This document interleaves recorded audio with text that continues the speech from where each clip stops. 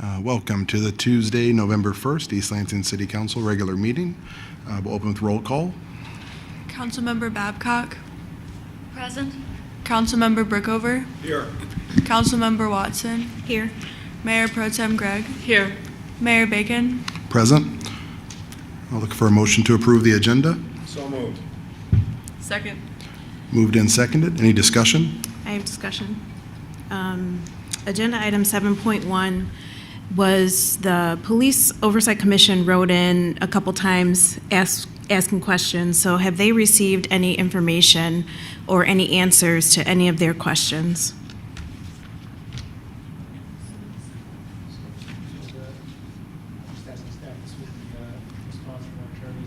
Yes. Yeah. They've received responses? Yes. Okay, all right, thank you. Yes. Thanks. Is it- I'm all good.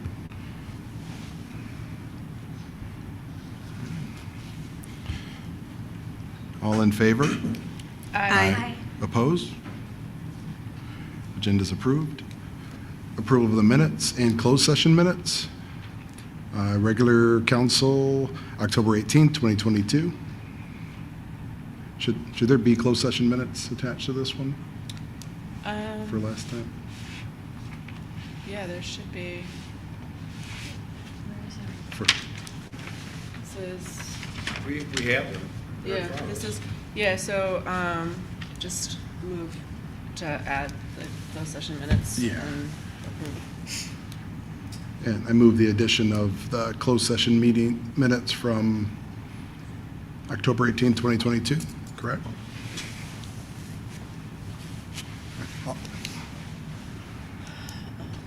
Second. Second. Any discussion? All in favor? Aye. Opposed? Motion carries. All written communication received by council are posted to the online agenda packet, and that's all communication received before 4 p.m. on the day of the meeting. Next up, communication from the audience. Excuse me. Did the motion that we just voted on, was that to approve or just to add the closed session minutes? I thought it was just to add. I may have misheard it. Do I need to make two separate motions? So I thought that was a clarification to include both of them, but if that was a motion to add, then we need to approve both afterward. Yeah, I I can. may not have heard it right, so. Yeah, I thought it was clarified. It's okay, I can do it either way. What's the appropriate? Make Okay, sure. yeah, just to be clear, let's approve, have a motion to approve the minutes and the closed session minutes of the October 18th, 2022 meeting. So moved. Seconded? Second. Moved and seconded. Any other discussion? All in favor? Aye. Opposed? Motion carries. Now move the entire thing forward. Does that carry it forward? Okay. I'll move the motion to approve the minutes and closed session minutes for a regular council meeting, October 18th, 2022, and closed session, October 18th, 2022. Second. Moved and seconded. Any further discussion? Hearing none. All in favor? Aye. Opposed? Motion carries. Back to item 2.1, all written communication received by council are posted to the online agenda packet. That's all written communication received before 4 p.m. Next up, communication from the audience. Liam Carroll.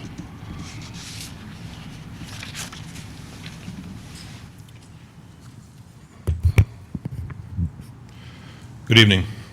My name is Liam A. Carroll. I am here as a resident, voter, taxpayer, and activist for safe living in downtown East Lansing. When our youngest daughter was choosing a university to attend, as a parent, I was understandably concerned about safety, both on and off campus. And of course, we wanted her close so we could visit often. We are very pleased that she picked a safe university. Sadly, instead of picking MSU in East Lansing, she picked Wayne State and now lives in Detroit. Unfortunately, we agree that that is safer for her, and we are glad she is in downtown Detroit. In fact, she oftentimes gives us a hard time about living in a dangerous place. me get back to my topic at hand. My prediction just 5 weeks ago was correct. Replay the video from the September 20 meeting and you will see. I predicted, and I'll quote myself, if this problem is not serviced and remedied expeditiously, there will be more violence. There will be more victims. Citizens, students, and visitors will be the victims. I told you so. I also asked that if you did not have an actual plan and just sound bites for the media, to remain silent during your comments time. 3 of you decided to talk anyhow. I will now give your sound bites a second run in the media for you. Councilperson Babcock, you on a record as repeatedly saying, we need a plan. You said that often. Well, do you have a plan? Did your police department provide you with a plan? How's that plan working? Councilperson Watson, you went on to thank the mayor for inviting you into a meeting to have a conversation. Conversation. To get this figured out. Well, did you get it figured out? Maybe you could invite the criminals to the meeting. Even if they don't help you figure it out, at least they'll be too tied up in meetings to be out shooting people. Mayor Bacon, you stated, and I'll paraphrase, the police have already made many wise decisions, but we're not going to give away their strategic advantage. Well, the bad guys didn't need your secrets. They outsmarted the police without your secrets. How did your secrets work for the victim and those who now live in more fear?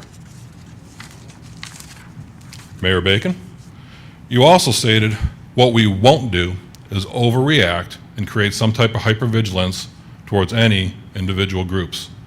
That, in my opinion, is the exact opposite of what we should do. We need you and the police department to be hypervigilant towards particular groups. In times like this, you need to be hypervigilant towards any and all criminals, lawbreakers, and violent actors. It is the government, if this government refuses to be hypervigilant towards people shooting up our neighborhood, then shame on this government. I have listened to the police radio traffic of Sunday shooting. The persons were still shooting when the brave officers of the East Lansing PD arrived. The police surrounded the building, but the shooters somehow apparently escaped, probably to shoot again. With this new culture of fear, I'm not surprised. It is my belief that the officers were not afraid of the active shooter. I think they were afraid of being undermined by the Overstep Committee on Monday morning. I know I would not chase criminals that are shooting at people if it meant that I could later be Monday morning quarterbacked and even disciplined for my actions. While the Overstep Committee demands that the charges be dropped against the person with the gun, you couldn't get me to run in. I know I would never have been inclined to risk my life, to risk my everything, to later be judged by an Overstep group. It is my sound opinion that this new culture of fear brought on by this committee, along with the unenforceable ordinances, has crippled the ability and probably the willingness of good officers from doing the jobs that they have sworn to and once upon a time wanted to do. In conclusion, I will now make my same prediction for all to hear again. If this problem is not serviced and remedied expeditiously, there will be more violence. There will be more victims. Citizens, students, and visitors will again be these victims. My name is Liam A. Carroll. I'm here as a resident, voter, taxpayer, and activist for safe living in downtown East Lansing. Thank you.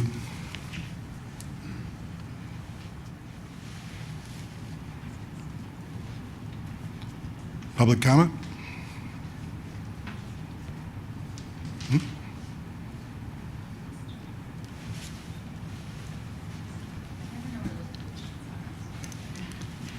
At the podium.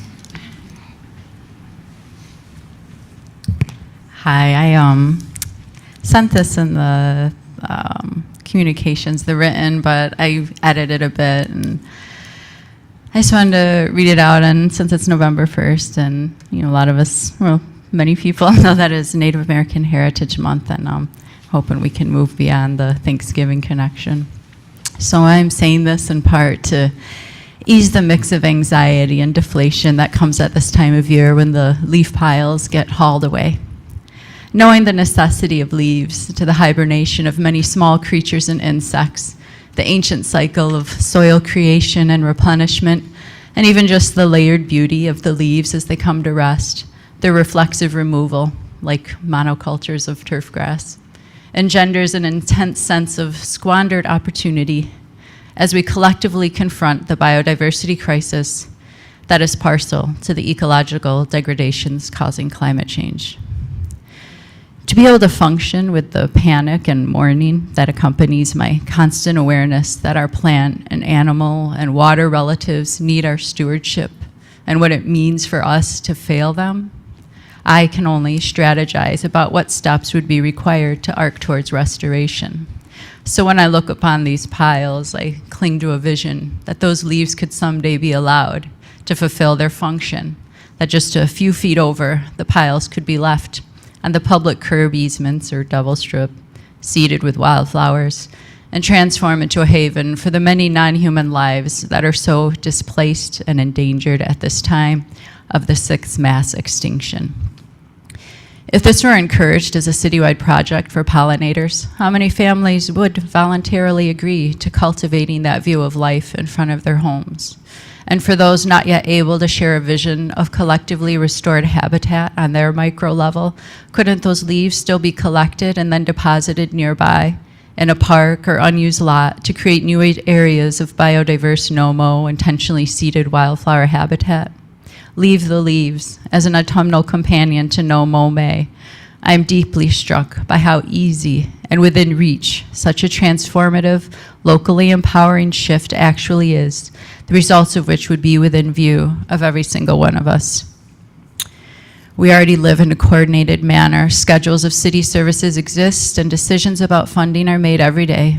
The intended benefits are key to what the expenditures of capital and energy look like.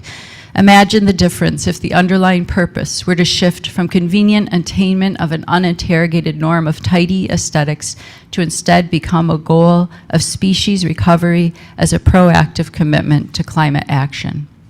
I'm a tribal citizen of the Little Traverse Bay Band, Waganakasino Dawa, part of the Three Fires Confederacy of the Anishinaabe people of the Great Lakes. November is Native American Heritage Month, and so has reliably been a time when the larger populace becomes interested in the tribal nations that stewarded all the places now called by other names. I am moved to engage in truth-telling so that November recognition might be linked to our people's determination to practice and maintain our values. My commitment is to our relatives that do not speak in our human languages, but nevertheless have every right to life and love that we do. The trauma of being Indigenous is ongoing and raw and on view at every moment in a time composed of scenes and decisions that are post-apocalyptic in the view of our ancestors. The responsibility is to continually endeavor to acknowledge and thank and assist our relatives in every way possible. So that's why I reach out now on a timetable that is the reality of the seasons, ever in hope of seeding that vision of restoration that can and must commence. Miigwech. Thank you. Public comment?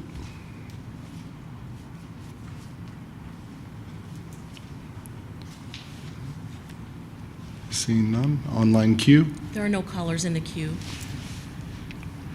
Thank you. Communication from council. Councilperson Brookover. Yes, thank you, Mayor. Mr. Carroll, I don't know you, and I may share some of your opinions and may not share some of your opinions, but I do want to respond to at least one of the implications of your statement, which I'm not sure you meant, but based on my experience in the criminal justice system, I assume and am assured that the police agencies and law enforcement agencies are continuing to investigate the incident on Saturday night that I think you were referring to. And I think the implication of your statement is, for some reason, law enforcement has just walked away from that, and I just respectfully suggest that that's absolutely not the case, and nor do I think this council would ever allow that to happen. So to the extent something you said may have suggested that, I just want to say to you, I really just don't think that's true. Thank you. Councilperson Babcock? Thank you. First, on a light note, I would like to thank the Leaf Ninjas who showed up on my street and likely other streets over the weekend. With apologies to Dr. Biber, they were wielding leaf blowers. But it was a father-daughter team dressed as Leaf Ninjas who would accept no payment for their services and help my much better half get the leaves into the street. And I know a year and a half ago we had a ninja heading to the World Ninja Championships. I don't know if this was the same young ninja, but we seem to have a lot of ninjas in this community, which makes it yet again a wonderful place to live. I would also like to congratulate Amy Eisler, head of the probation department, for being awarded the Liberty Bell Award by the Ingham County Bar Association. That is the highest award someone can get as a non-lawyer from the local bar association, and it's given to someone who has advanced the interests of justice. So I think her recognition is certainly due. I believe the mayor will make a statement on the weekend's events, and I will defer to him. Thank you. Councilperson Watson? Since we're talking about leaves, I was going to pass, but I'm going to go ahead and talk about leaves. Thank you, Dr. Biber, for your remarks. I've never considered the pluses of leaving our leaves. And now I'm going to be thinking about it and checking on, some of our rules and stuff. I created my own compost bin, and it relies on the leaves in order for it to be successful. So just thank you for putting that out there. Mayor Pro Tem Gregg?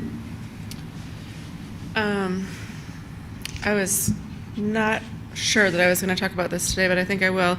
I wanted to thank Sergeant Jay Young for letting me ride along with him on Saturday night for what was, during my 5.5 hours with the East Lansing Police Department, a busy but relatively calm night, which obviously turned to catastrophic violence about 2 hours after I was tucked home in bed.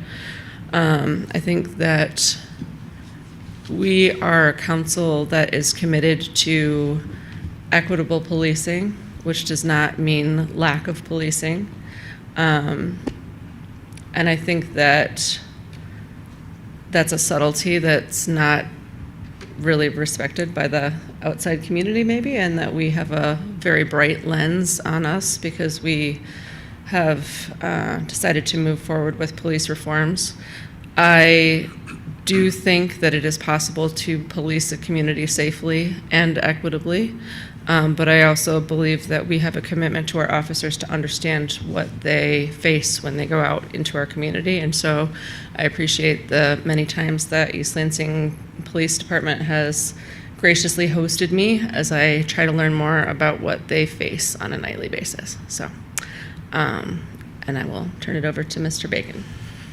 Yeah. Just more broadly,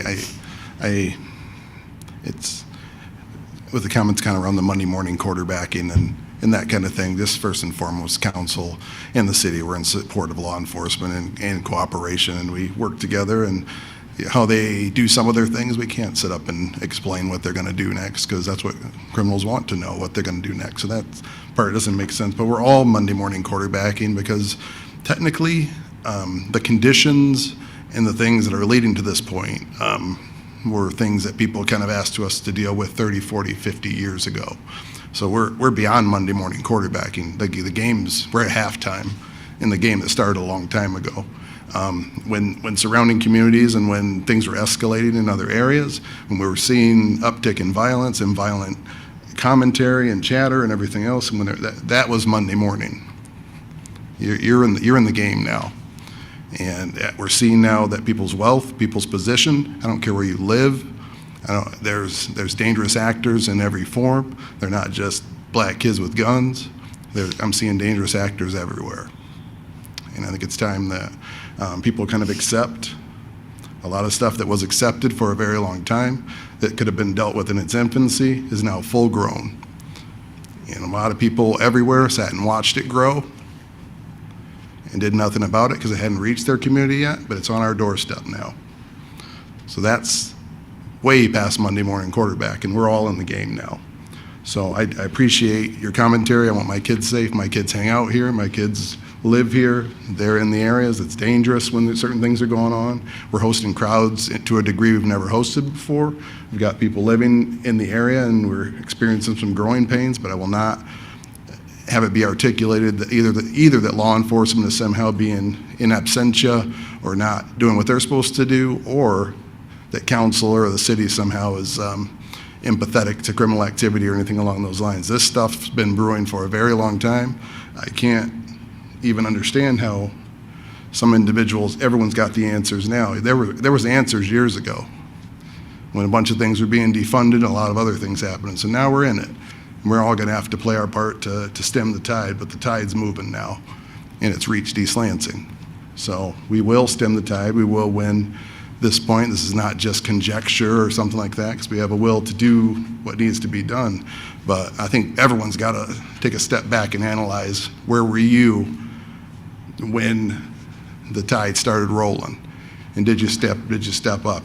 These conversations remind me a lot of civil rights and other movements. Which side were you really on when it was time to make the change? And I'm seeing right now in history, when we're going to look back on history right now, we're going to see what side people really were on, because history's being made right now, and people are taking sides. And history will bear it all out. But I think it's a little bit deeper than guns and criminal activity and this, that, and the other. The culture has shifted. You have people attacking people at their front door with hammers over political views. I'm in some of the nicest areas, traveling or doing whatever. There's attacks and shootings in areas where my family, Colorado, and other places where they haven't had a gun violence act in years or ever. This is not a unique East Lansing problem. I respect and appreciate the efforts being made by everyone here, but we're in it now. And we're going to have to act accordingly. And if there's productive and intelligent conversations that want to be had around that, I'm here for it. And I know everyone at this table is, and I know our city's here for it. We're not going to pretend like this just started, though. It just hadn't reached us before. We watched it on the nightly news, or we turned the channel. But it's here. So we're in the middle of the game now. So it's all prepared to play accordingly and continue to work together and cooperate. And I think the Mayor Pro Tem nailed it. We will obviously deal with criminals, but criminals are not a race or a creed or some socioeconomic level. We'll look for all criminals, because we don't want our officers missing the wrong person and that being the actual threat and that costing them their lives. So we're in this together, and we are working at it, and we'll continue to work at it, and we're working at it as a nation, clearly. So we'll continue to move this thing forward in East Lansing, and we will win, because like I always say, everything we need in East Lansing is in East Lansing. So we'll get it figured out. But thank you. City Manager's report. Thank you, Mayor. So I also want to address the weekend's activities. I, like the Mayor Pro Tem, was downtown walking with my our police deputy chief. I walked through the neighborhoods frequently over the past month and a half with either the captain or deputy chief or chief, and just to see what our officers are doing to get a lay of the land. And I have to say that we have made a tremendous focus on working to eliminate the gun violence to the greatest extent possible. A year ago, last year, we put cameras and extended them down through the downtown. We did that rapidly to make sure we could see what's going on and be able to follow up, but also to have a preventative aspect, that people are being watched in the downtown, you're being recorded if you're in a public space, and hoping to prevent crime that way, but of course being able to follow up. After the shooting that occurred at the beginning of this semester, the chief, I spoke to the chief, and the chief then spoke to MSU, and they began a team between both departments that added 4 more officers that are in the downtown on a regular basis, focusing on not only gun violence, but also on gun violence. It's just more people focused on the downtown and safety. They also added extra lighting into the downtown in areas that previously did not have sufficient lighting. Those temporary lightings, I think, are making an impact in terms of making the area much more visible. We are going to supplant that at some point in the near future with more permanent lighting, which will be discussed by council tonight, which I think is a very good move. We've also made a big effort to have more officers in the downtown on a regular basis. I'm not going to talk about the numbers, but it is a very significant number on nights when there's more activity in the downtown. There are significant numbers of officers standing in the downtown, in cars in the downtown, walking through the downtown. And if you go downtown at 10, 11 o'clock, midnight, you will see many more officers walking through the downtown. And that obviously is to provide safety, to be able to have that preventative impact, and also to be able to follow up and keep people safe.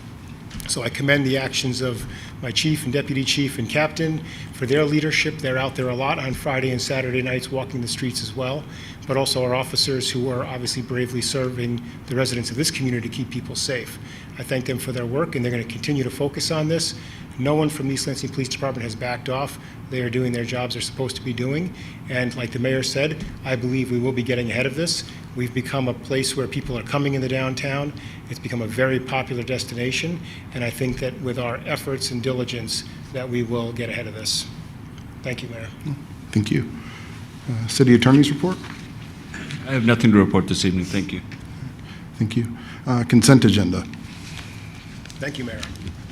We have the following items on the consent agenda for council's consideration.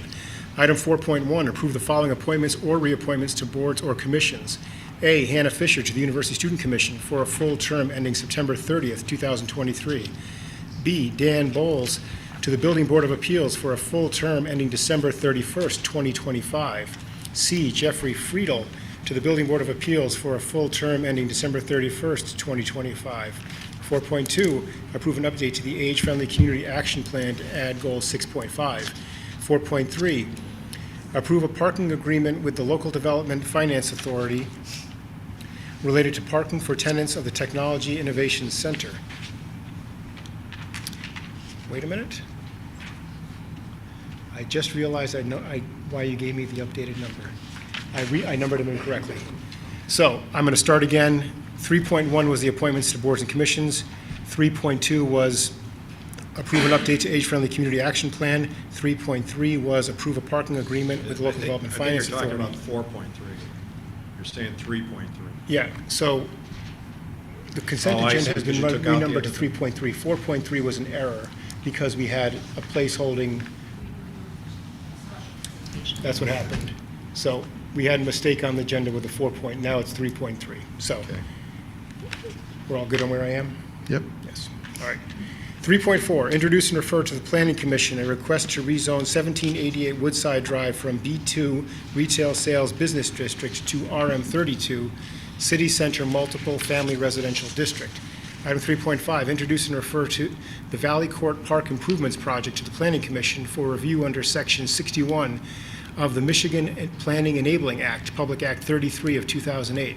Item 3.6, set a public hearing to consider a special use permit request to establish an adult use marijuana retail facility at 2040 Merritt Road for the December 6, 2022 City Council regular meeting.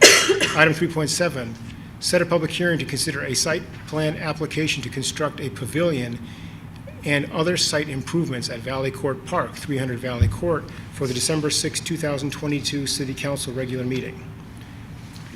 Those all the items? So moved. Thank you. Second. Moved and seconded. Any further discussion? Hearing none. All in favor? Aye. Opposed? Consent agenda carries. Public hearing. Consideration of substantial amendment to East Lansing fiscal year 2021 Community Development Block Grant budget.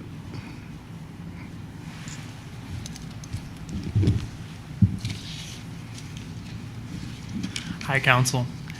Matt Apostle, Community and Economic Development Specialist. Thanks for having me today. Just want to give you a 3 or 4 minute presentation, give some updates on the substantial amendments that we proposed to you last month, as well as kind of prop you all up to have a good discussion today about the substantial amendments. Staff is recommending an approval of those substantial amendments following the public hearing. Sounds good? Let's get started.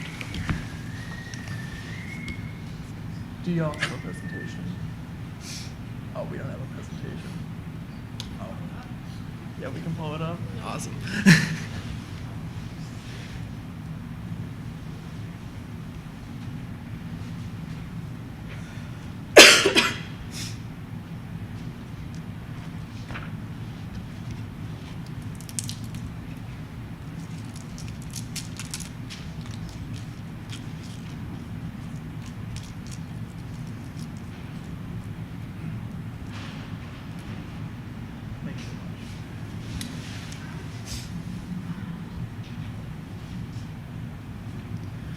All right, y'all, so just to review real quick, this is the original substantial amendment we proposed to y'all. It would be allocating $61,338.84 from East Lansing's Homeownership Opportunity Assistance Program and $58,661.16 in unprogrammed CDBG funds. That's a total of $120,000 to the following projects. That'd be $40,000 to partially match the Valley Court Pavilion project or the RAP grant, and then $80,000 to increase lighting throughout downtown East Lansing. However, as we mentioned to y'all in weeks past, after communication with HUD, staff are no longer proposing the $40,000 be allocated to the RAP grant due to compliance required, as well as the timeliness issue that we discussed last month in terms of getting the CDBG money spent by May 1st. However, in terms of lighting, we are still proposing to move forward with that. We actually did walking tours of both ELPD as well as the Associated Students of Michigan State University over the past couple of weeks, and we have a more concrete plan for potential locations that we can just briefly show in some pictures here. Bill Sharp Park, you can see kind of like the day and the night. This was a priority location for both staff as well as ELPD when we were going on our walking tours. Other ones include Grove Street between Albert and Linden, specifically also the park that is north of the Grove-Linden intersection. Not a lot of lighting in that area, as you can see as well. Grove Street's garage's alleyway behind there as well, specifically north of the LS Teco area.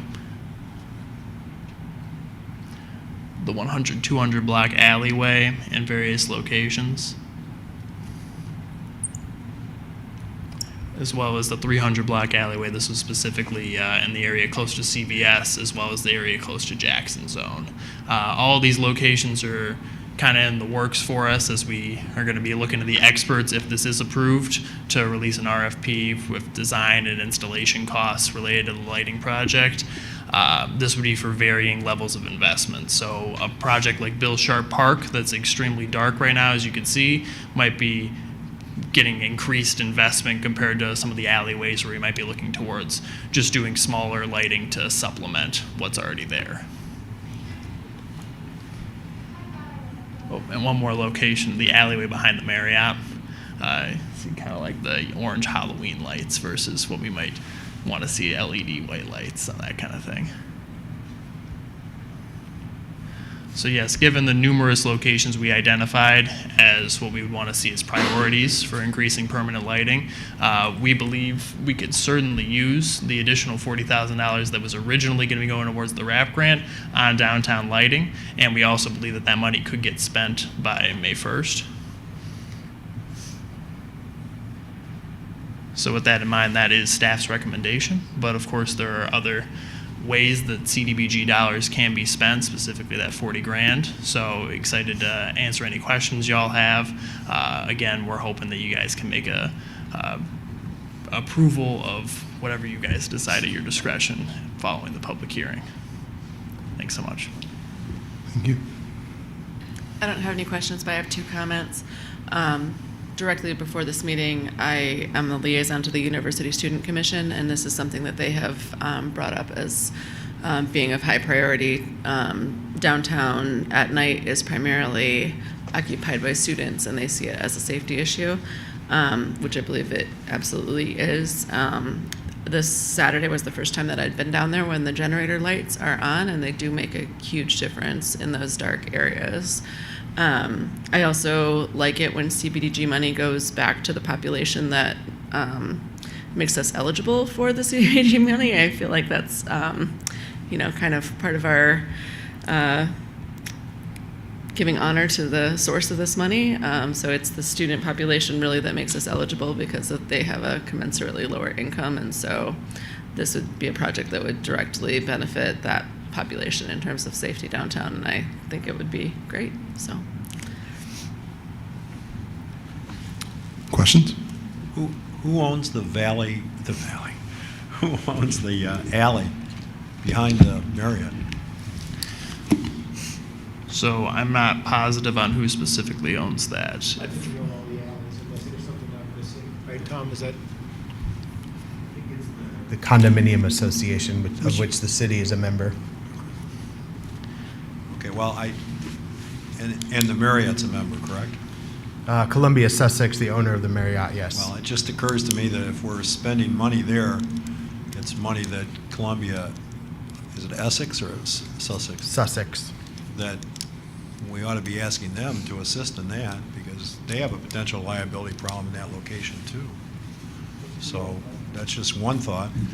And then the second thought is, Condo association.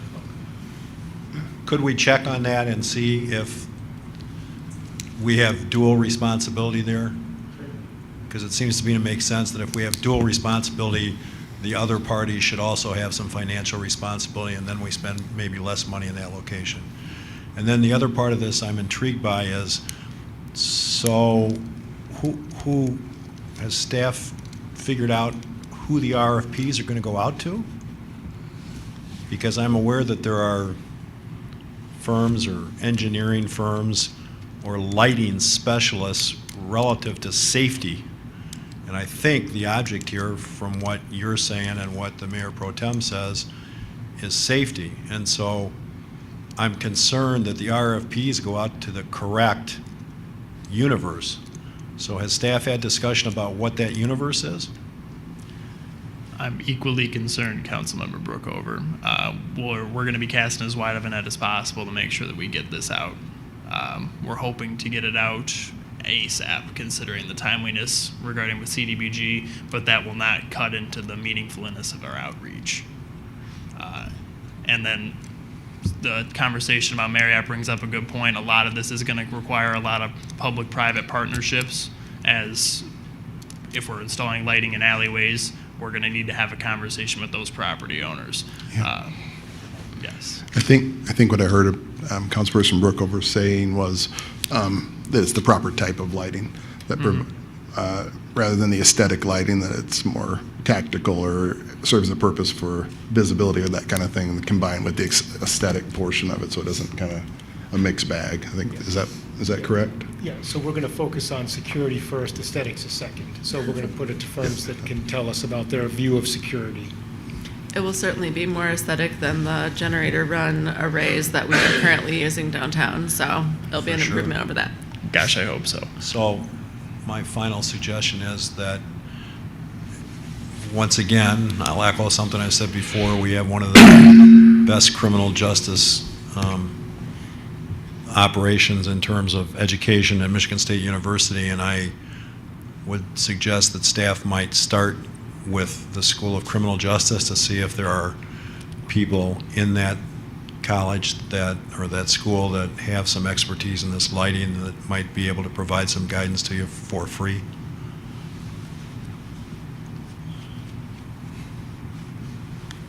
Questions?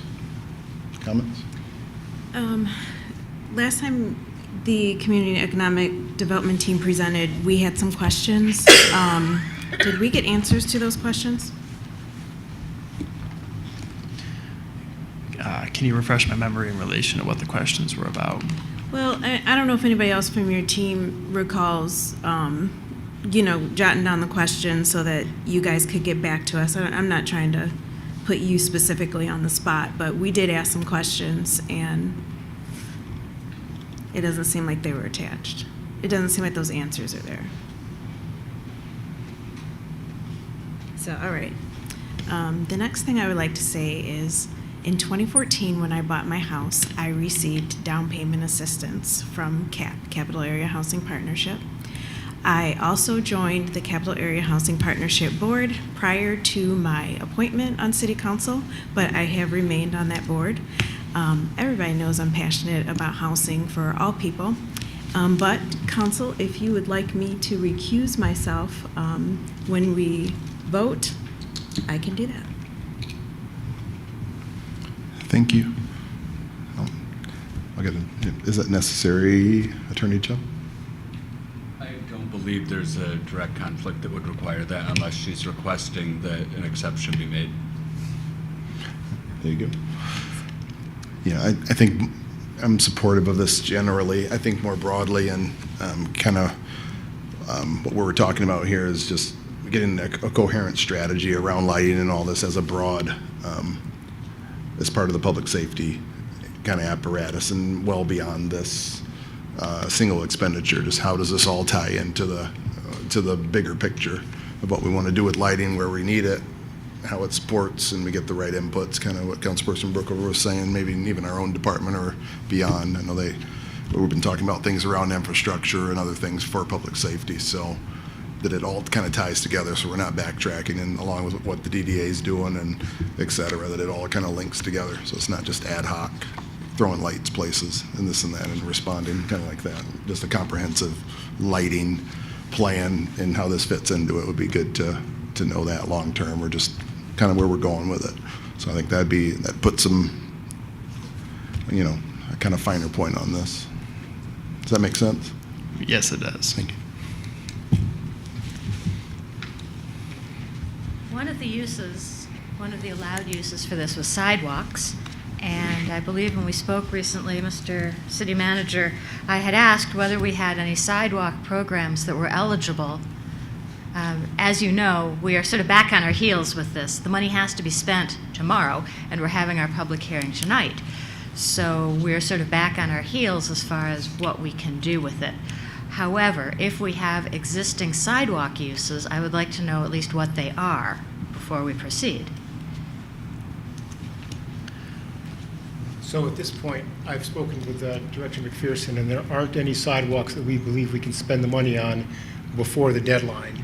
So that was the answer that I gave at that point, and that still stands. I reconnected with Director McPherson and asked the question again, and there won't be any guarantee if we do projects now that they will be done in time to utilize the money. Is there any way we can use this retroactively? Clarify as to what that means for me.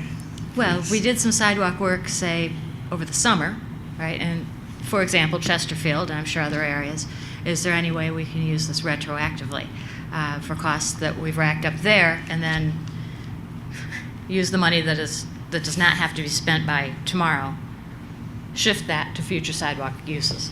Although I wish we could, we cannot, just due to the, when you use federal monies, you not only have to have federal contractors practicing Davis-Bacon Fair Labor Standards as well as environmental reviews prior to any ground being broken or money being spent on a project. All CDBG projects are reimbursement based, so we can't spend the money until the project is done.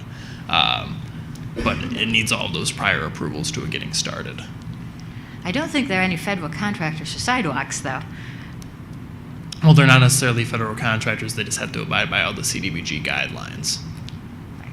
Well, I know we've done that in the past with sidewalks.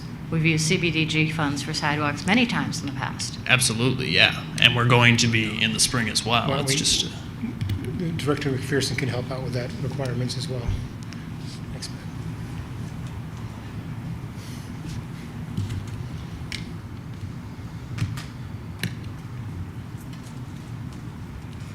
Good evening. Yes, absolutely, we're utilizing CDBG funds and federal guidelines for specific sidewalk projects. When we bid out that project, it is under the CDBG guidelines, the contract book and everything, so the contractor that bids on that is utilizing the Davis-Bacon prevailing wage rates. And do we use the prevailing wage rates generally with sidewalks? I just don't know. So. We are required to use prevailing wages for any contractor over $20,000. Okay, thank you. Any further questions? No. Are we going to open it to public comment? That's after you guys set. At this time, I'll open the public hearing.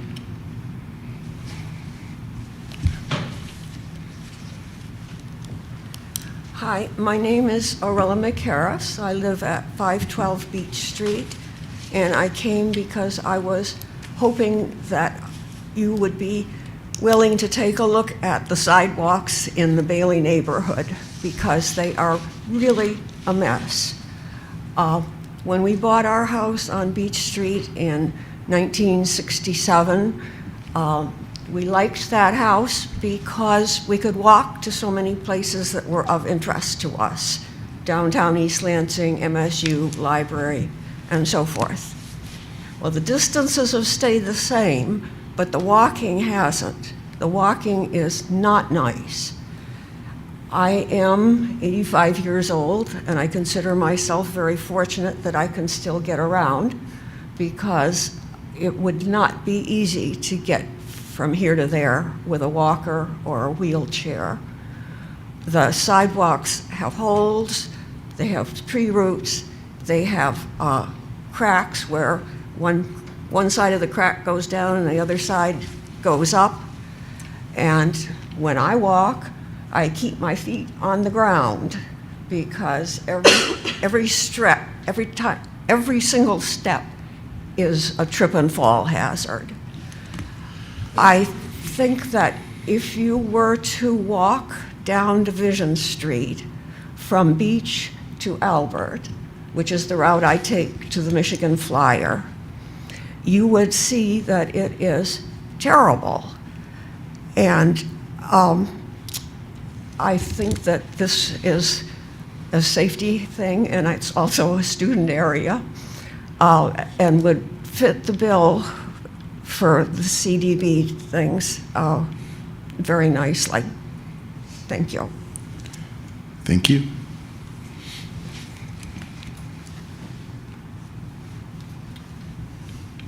My name is Marie Lauer. I live at 618 Butterfield Drive. And really ditto everything she said. I live in the Bailey area. You should have in your packet a letter that I sent to Lisa Babcock regarding the condition of just a few blocks that I walked from Butterfield, from where I live, down Collingwood and around a couple other blocks. It took me about 5 minutes, and I took some photographs of the sidewalks, and they are miserable. You know, some of those sidewalks are from the 20s and the 30s. You can still see the numbers on the sidewalks. I know there's one in front of my house, and my house was built in the 30s. I know that a lot of property owners do not realize that they are responsible. And I think the city needs to take the initiative to check out these sidewalks, mark them, inform the owners, and if no action is taken, have the city take the action to improve them for those which are considered private responsibilities. In terms of this extra money that you have, I would think it would go along with lighting, that you're not going to trip when you go downtown to do something. And it's a delightful town to go and walk from, where I live. And I really appreciate a lot of the things that the city has done up until this time to make it more vibrant. And I hope it stays that way. Thank you. Thank you.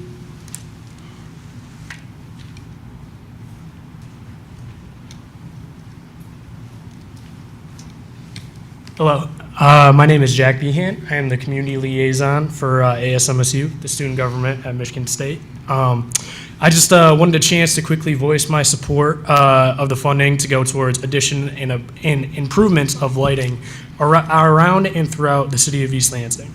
Safety is a top priority for students, and the students at ASMSU believe that community development block grant funding should go towards providing a more safe environment throughout the city.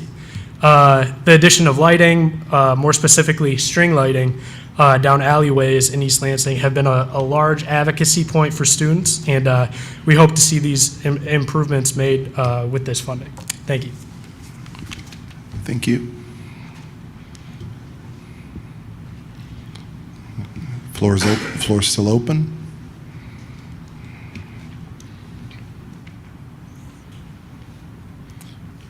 Seeing none. Anyone online? No callers in the queue.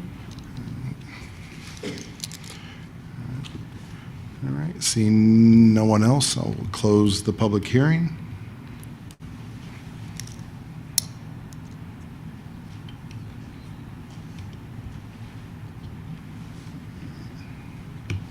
Is there action on this one for you guys? See.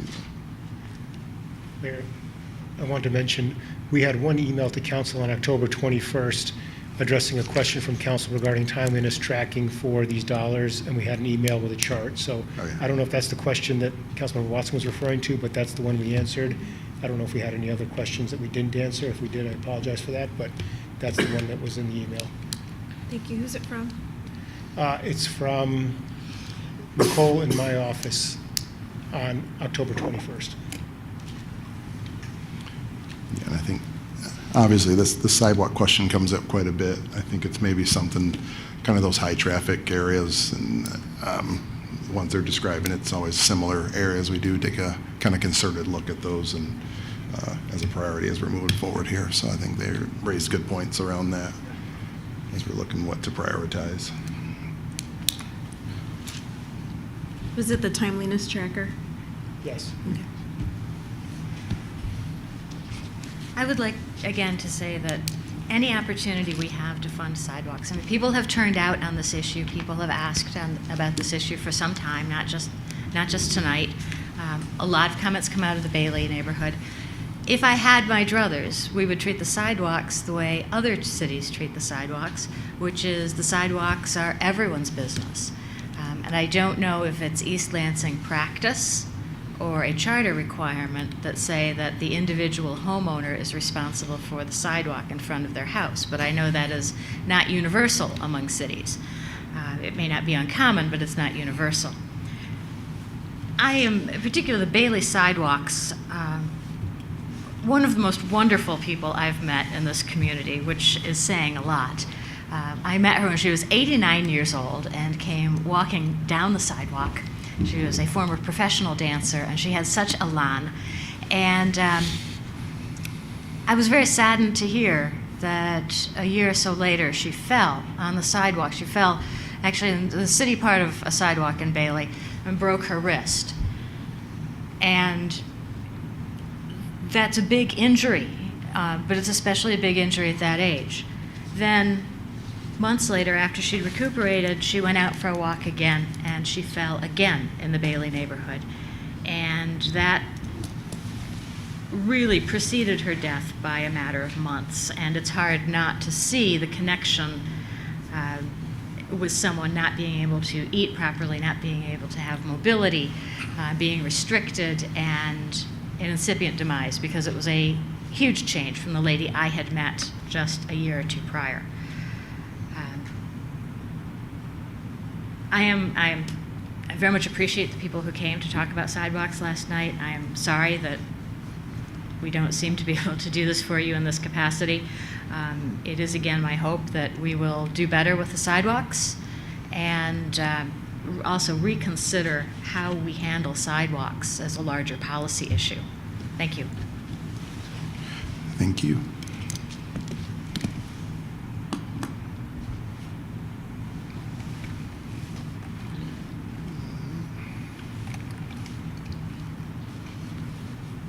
So I'll need a motion.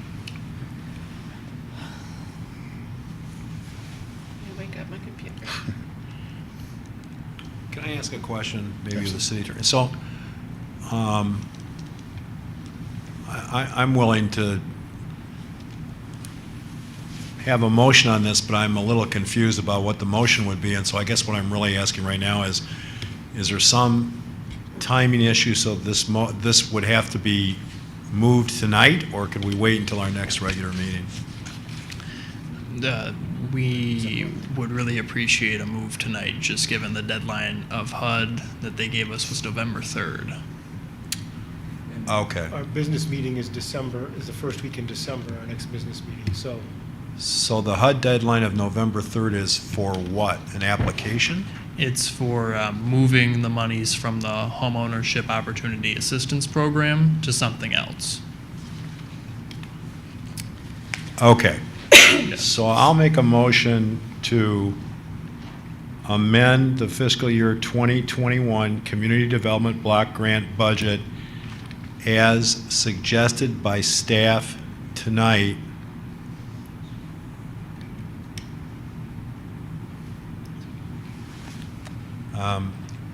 contingent upon further review and specification by staff to the council as to the explicit methodology which will be used to bid these changes out. Are you comfortable with that timeline? So basically, we would be asking, in language, just to rephrase it, would be, we're going to give you what our RFP would look like, or what we're going to be asking people for in terms of a bid specifications and a. Yeah, I'm just, I mean, I appreciate staff's work on this, I get it, Yep. but I'm just nervous about, Yep. you know, the details. The devil's in the details on this, so. I mean, we have expertise in-house in terms of the standard lighting. You know, how many, the illumination, you'd have to have an illumination study when you put lighting like this in, but this is because of the security application is something a little bit outside of our normal, you know, street lighting purview. So we will try to focus on that and get that information to council. And as my 8th grade science teacher, math teacher at East Lansing Junior High said, you hit the nail on the head with the hammer right then. There we go. We get it. I'll second Mr. Brookover's motion, but I want to clarify with Mr. Apostle that you can meet that timeline and still meet the HUD deadline in terms of communicating to council the RFP process. So with that in mind, would the plan be for the December, what is it, 6th No, meeting? No, we would be approving it right now, We're but we approving would it be. now. We're just sharing the information that we're going to be sending out to council. Yeah, of course. Okay. All right. I will second Mr. Brookover's motion. Yeah, it's just for further, so the intent of the motion is to approve the alteration of the budget immediately tonight. Yes. But then, I, as a council member, want to see more detail down the line about exactly how we're going to do this. Because I think there are very specific lighting needs and science with regard to safety in urban areas. And another aspect of this will be how the lighting integrates with already existing video cameras in certain locations. I suspect that there's going to be situations in which, if the lighting is done incorrectly, the video cameras that we already have in existence are not going to work.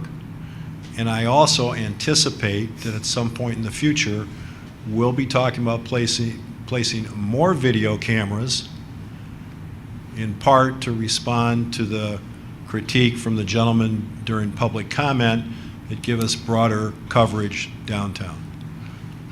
So if somebody at the federal government asks you, the purpose of this motion is, yes, we're approving it tonight, effective tonight.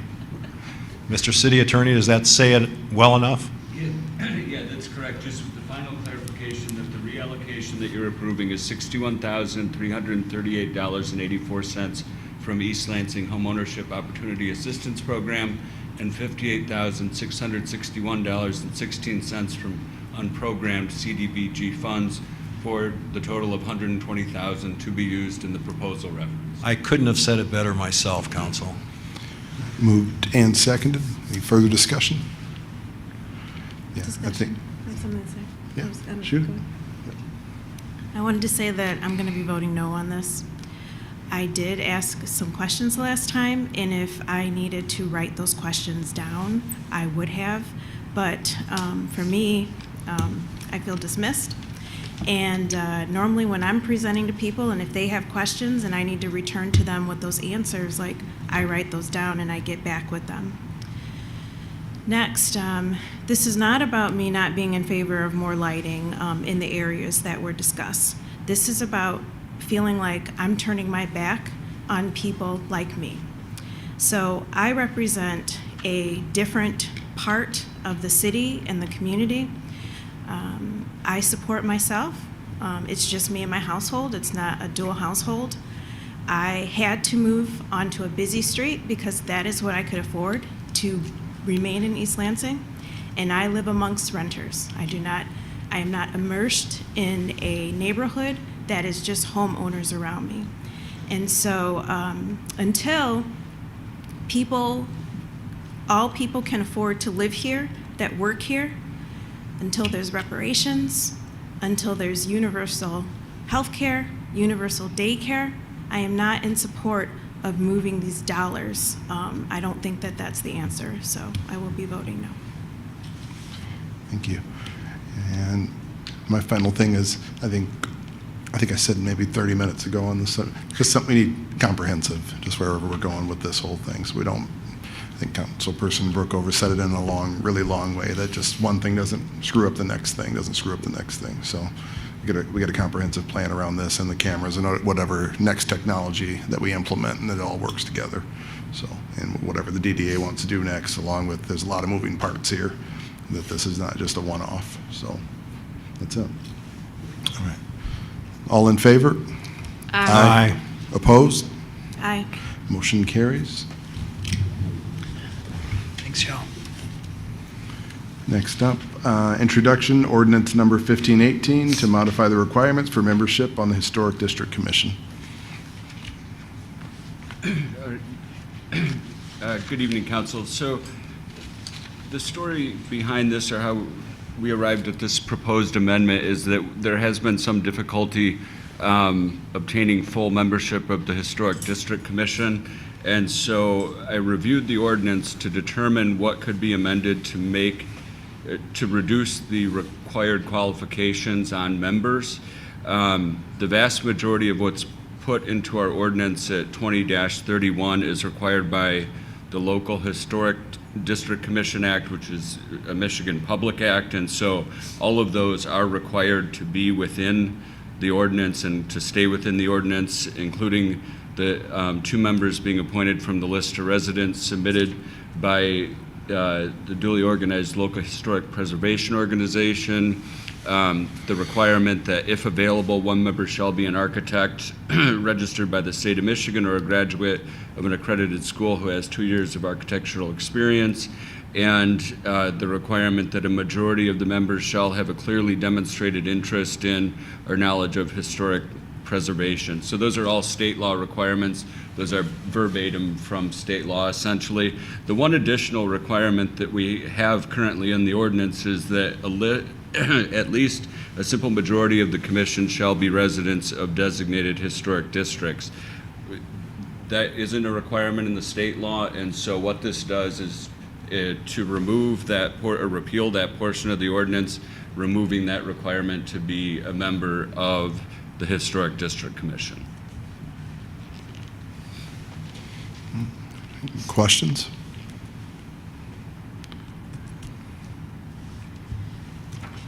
Members of the Historic District Commission are usually quite engaged, and I haven't heard anything from any of them on this. Was this mentioned at the Historic District Commission at a recent meeting? So this was requested by 2 council members to be added to the agenda, which I did. I'll Right, speak- the I'll speak to question- that. I'm the liaison with the Historic District Commission.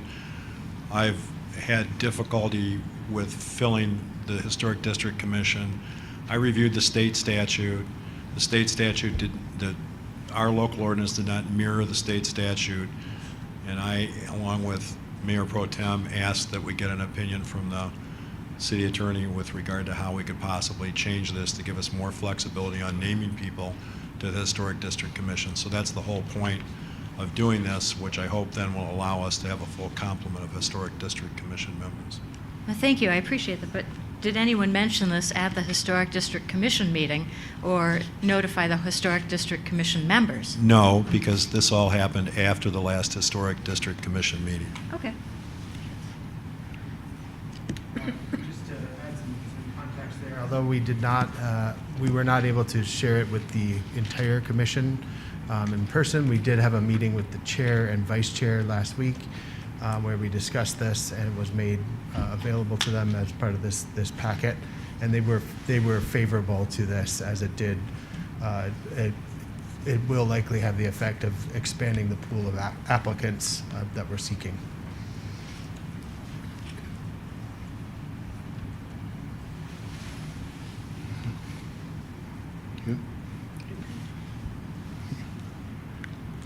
Further questions?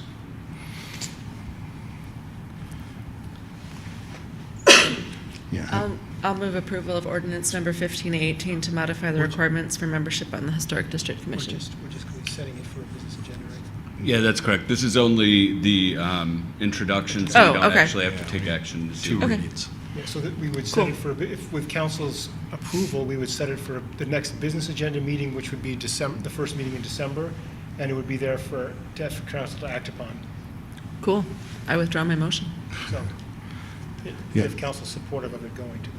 Yeah, and I would say as well, probably more broadly, if there's other commissions that have challenge with fielding full commissions, then we kind of maybe evaluate this in totality. If there's certain provisions inside of things and people aren't able to fill commissions, maybe this is a standard or an opportunity to look at that more broadly. I'm not sure.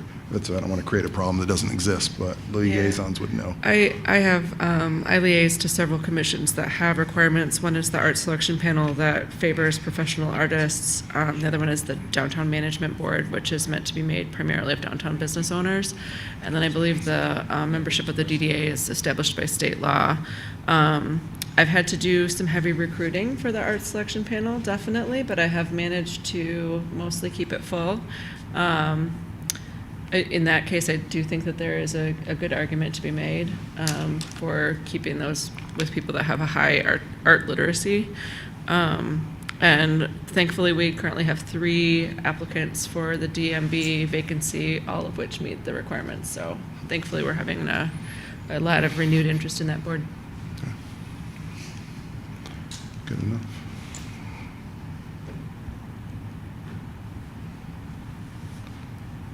So that was all you needed from us on that one? We're going to come back with, We'll add it to December's. bring it meeting. back. Yep. All right. Item 6.1, City Council resolves to enter closed session for a strategic session connected with the negotiation of collective bargaining agreement pursuant of MCL 15.2681C. I wanted to clarify that this is for negotiation of the 2 contracts that come subsequent, IAFF and CCLP. Thank you for that clarification. Do we need a motion? A motion and a roll Mr. call? City Attorney? Do we need a motion, correct? Move Yeah, we second, absolutely roll need a call. motion and a roll call to go So into I closed move that session. we go into a closed session for a strategy session, excuse me, connected with the negotiation of 2 collective bargaining agreements pursuant to MCL 15.268, paren 1, N paren C, N paren, the subject collective bargaining agreements being the ones identified by the city manager tonight. Second. Moved and seconded. Any further discussion? Hearing none, I'll have a roll call vote. Councilmember Babcock? Yes. Councilmember Brookover? Yes. Councilmember Watson? Yes. Mayor Pro Tem Gregg? Yes. Mayor Bacon? Yes. And to the audience, we will be returning back for item 7.1 and 7.2, and we'll enter closed session again at item 8.1, and then we'll only return back to adjourn the meeting post there. So if you have no issue or interest in item 7.1 or 7.2, those are the last items in the chamber for today.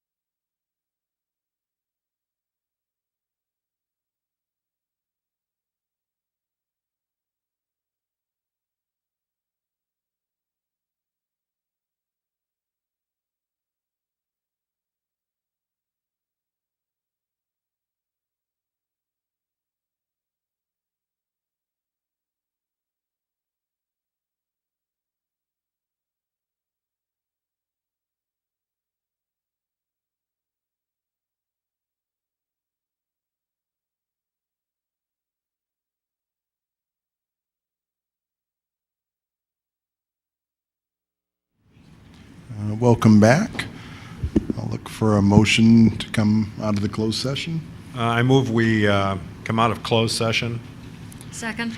Moved and seconded. Further discussion? All in favor? Aye. Aye. Opposed? Aye. Do you need roll call on that? I don't think so, right? We only need roll call to Go go ahead. into closed session. Yeah. All right.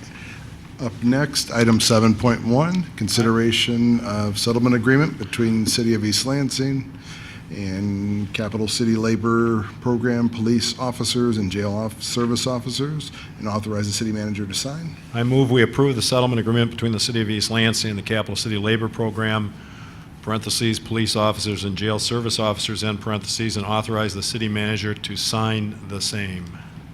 Second. Moved and seconded. Any discussion?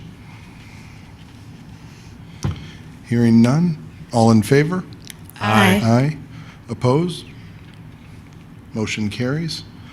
Next up, item 7.2, consideration of settlement agreement between City of East Lansing and International Association of Firefighters, and also authorize the city manager to sign.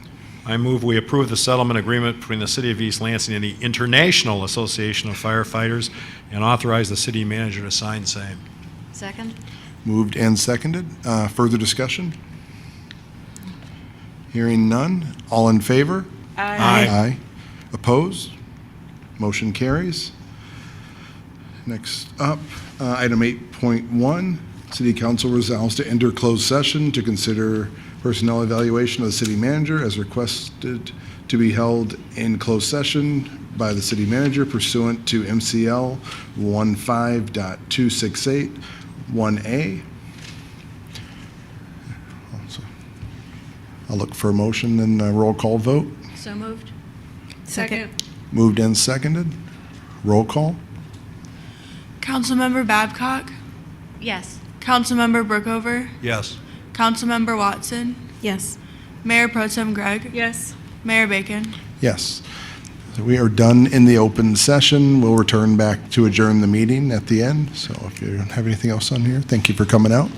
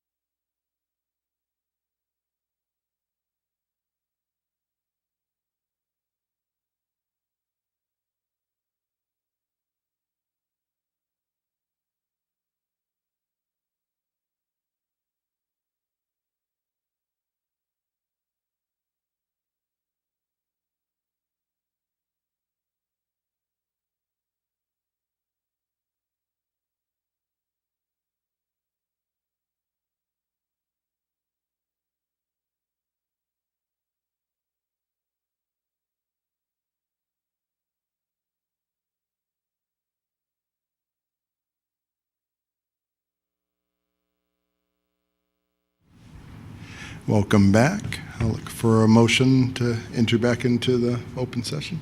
So moved. Second. Moved and seconded. All in favor?